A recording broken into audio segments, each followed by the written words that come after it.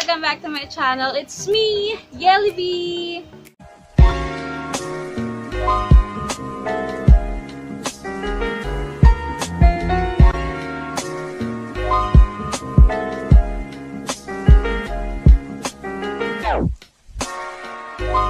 So for today's video, ang gagawin natin is maglalaro tayo ng life after. So maglalaro tayo ng life after. Actually, naglalaro ko na to last year pa. Then nag-stop ako kasi medyo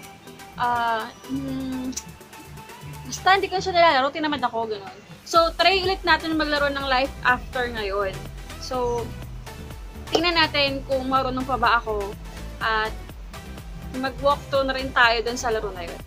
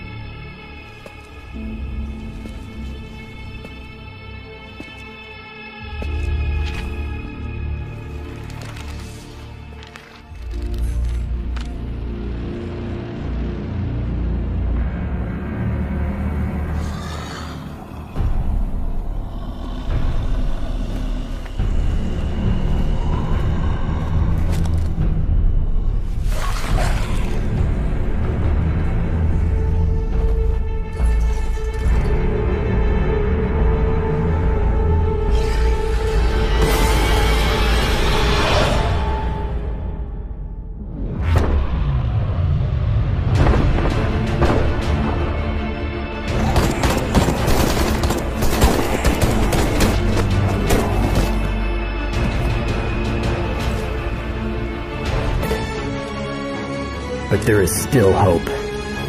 We still have one last chance. Hope resides here, in this very city. Come back to the city. We can still fight against time and destiny.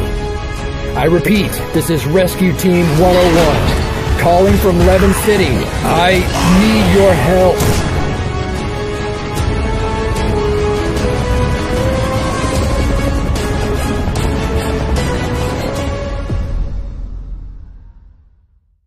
Life after is more on zombies. So, kung mahilig kayo sa mga Resident Evil or what, so, pwede kayo sa larong to. Actually, ano naman siya, online game. So, pwede nyo ding laruin ito at yun, nakaka-addict talaga siya.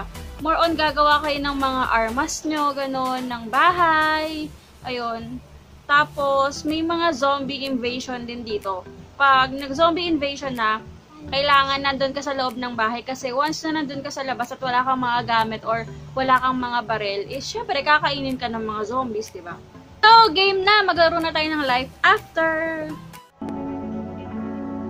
So, may server na ako dito sa life after. Actually, dito ako sa Snow Highlands. So, mayroon na rin akong bahay dito. Tayo na rin ako ng bahay dito, ganyan. Pero, wala akong, sabihin natin, team. Kasi dati, nagka-team ako, pero ngayon, hindi na ako sumasali dun sa mga team. Kasi nawala ako ng matagal dito sa life after. So, kinik ako dun sa team na yun. Yun. Actually, hindi pala team, camp. So, kinik ako dun sa camp na yun. So, ngayon, tingnan natin. So, ito nga pala yung bahay ko sa life after. At gabi na, syempre ayoko makakita ng zombie. Yan. So maraming zombies dito sa may development zone to, development zone. So maraming zombies dito. So gabi na, antayin na natin mag-umaga. So syempre matulog tayo. So we sleep. So nakakapag-sleep ka din dito. Ayan. Tapos dito din meron din ditong mga chat para din sa ML. So may chat siya, tingnan natin. So yun, may mga nag-chat sa akin, nakahula na yun. So pwede yun, pwede pala akong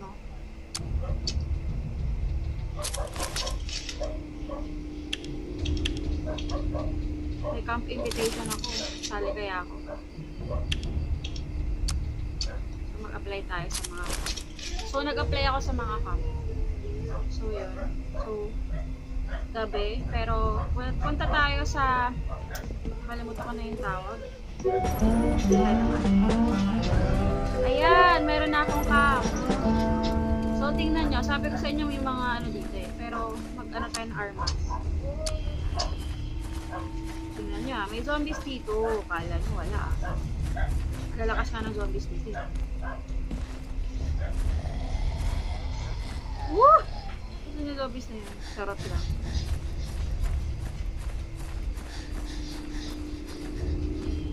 So, pinapapunta na ako sa camp, kaya may ganyang araw-araw. So, ang sabihin lang niyan, pumunta na ako dun sa camp na yun. Hi, Rachel! So, we talk to Rachel. You're back! Okay, move house. Move now. So, mag-move muna tayo dun sa camp nila. So, yun. Mag-move na tayo dun sa camp. Feeling ko, dito tayo mapupunta sa may island. So, yan. Meron akong camp. Hi, say hi. So, meron mga ano dito eh. Mga guest tours. So, hi, greeting, ganyan. So, pag ganyan, mga naka-on yan. So, mag-hi tayo.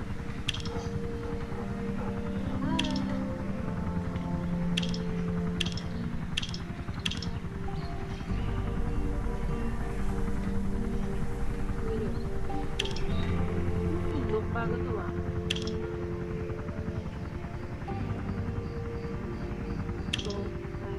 So, tayo sa bahay natin. So, ang bahay natin ay nasa feeling ko nasa island. Sabi ko na nga, yun yung bahay natin. So, yung manor natin. So, mag-keep travel na lang tayo.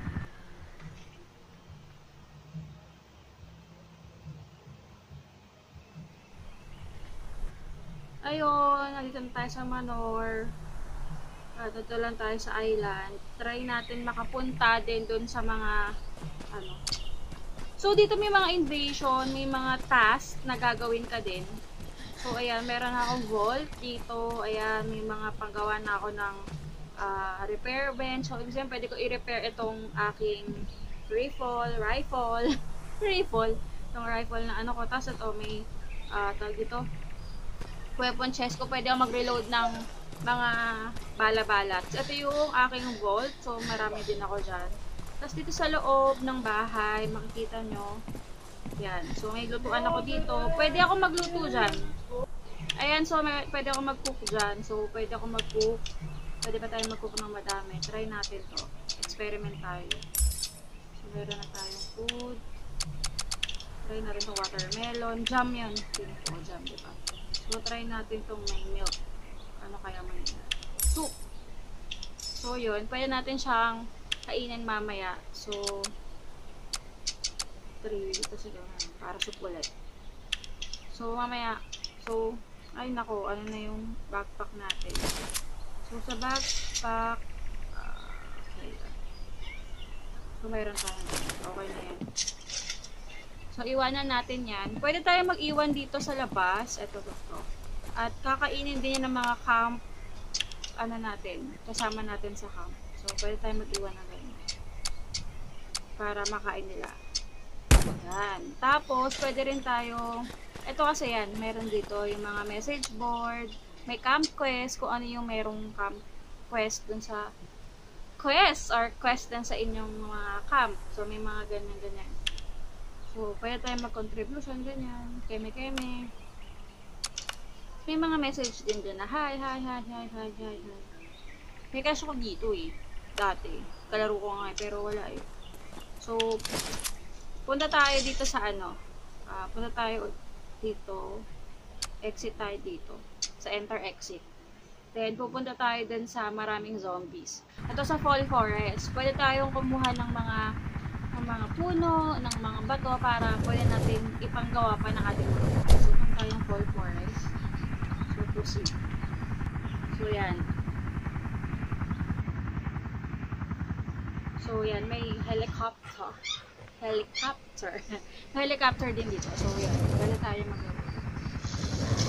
So, gabi. At, merong, ano yan, merong zombies.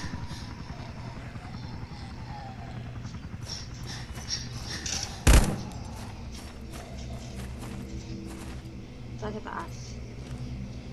So, gusto niyo ba makakita ng zombies? Takot ako sa zombies eh. Ito, zombies to. May, ano naman tayo, may baril naman tayo. So, pwede natin patayin yung zombies na yun. tuwing gabi may zombie na malalakas. Ayan, doon yan, zombie. Kaya natin yan. Nakahabol din yan. Ayan. Tapos ito, kinukuha yung berries. Yan, pwede na i-gather. Meron din yung zombie na buto. Pwede mo i-pick up, pwede mo rin ito i-pick up. Kasi yun, nabebenta yung blue potion na yan. Infected blood. Tulad yan. Kapag-kapag. Woo! Diba? Nananalon siya. Pero meron naman tayo. Kaya hindi tayo takot yan. Dati, nung unang nalaro ko to, takot na takot ako dito. Kasi na zombies, diba? Tapos may mga level dito. Dito. May mga level to. So, dito pala sa difficulty 4, mga level 1 lang yung zombies dito. Level 4, kaya mo pa siyang patayin. Pero meron dito mga difficulty na matataas na yung level na. Hindi mo na kaya patayin yung zombies. So, mag-uumaga na. So, nakita naman natin sa mata mag-uumaga. So, gather lang muna tayo ng yan, umaga na. So, ito, pwede natin yung i-gather. Kundi lang natin yung axe. Tapos, pwede nitong pinakamatagal yan. Yan. O, diba? So, ito rin, pwede nyo yung i-gather yung, ano yan, meron naman tayo dito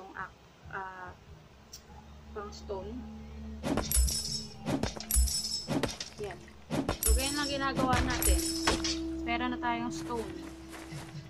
Kuha lang tayo ng maraming trees.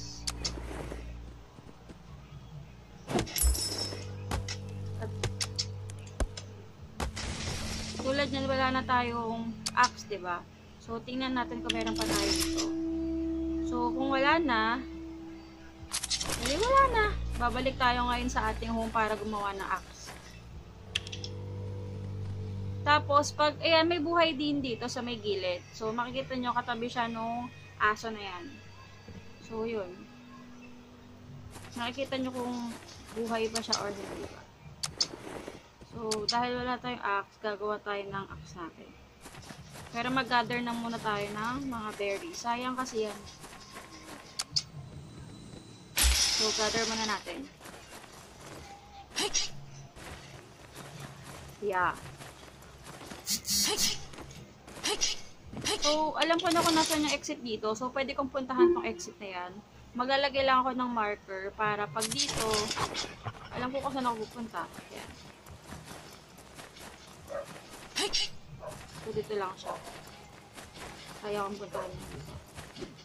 So, nakita niya yan. So, bakod-bakod lang tayo dito. Tapos, panik tayo dito.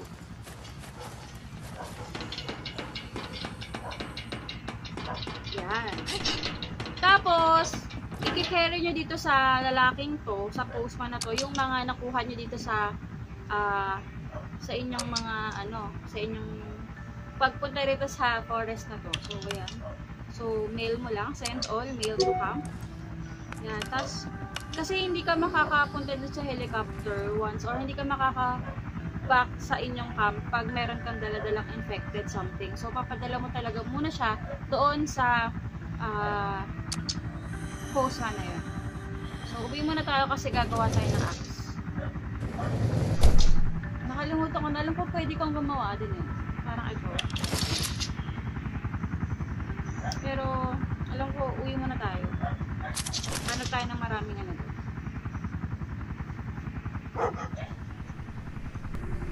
So, yan. Nakabalik na tayo dito sa ating camp. So, yun. Pwede tayo bumalik sa manok na. So, balik pa na tayo sa manok.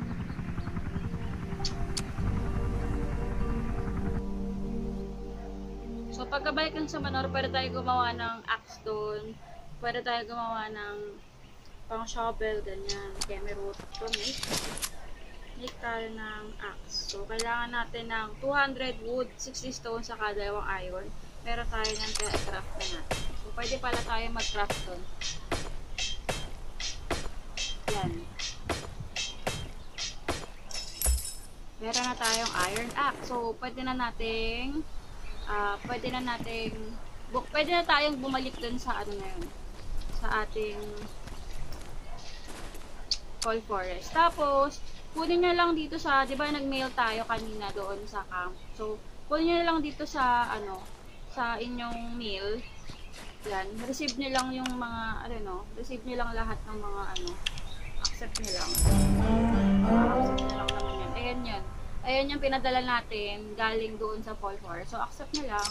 Tapos, lalagay ko din yan sa, lalagay ko na yan dito sa ating, dito, ayan. So, pwede ko naman smart storage. Tapos, so all lockers. So, mapupunta na sila dun sa mga lockers na yun. So, yun lang. Sa next ulit. That's it for today. Sana nagustuhan niyo yung paglalaro ko ng Life After. Meron din silang page sa Facebook. So, Life After Philippines. So, kung gusto nyong sumali sa mga camp dyan sa Life After, pwede kayo mag-message doon. Tapos, sasabihin lang naman kung anong level na yung manor nyo. Yung manor ko level 4 na. So, yun. May mga level 1, 2, 3, 4, 5. Hindi ko pa alam kasi medyo naglaylo ako dito sa paglalaro ng Life After. So, yun. At kung nagustuhan niyo paglalaro ko ng Life After, don't forget to like this video, subscribe to my channel, at hit the notification bell below para updated kayo kung meron akong upload na bagong videos. Salamat sa panonood. Stay home and stay safe. Bye!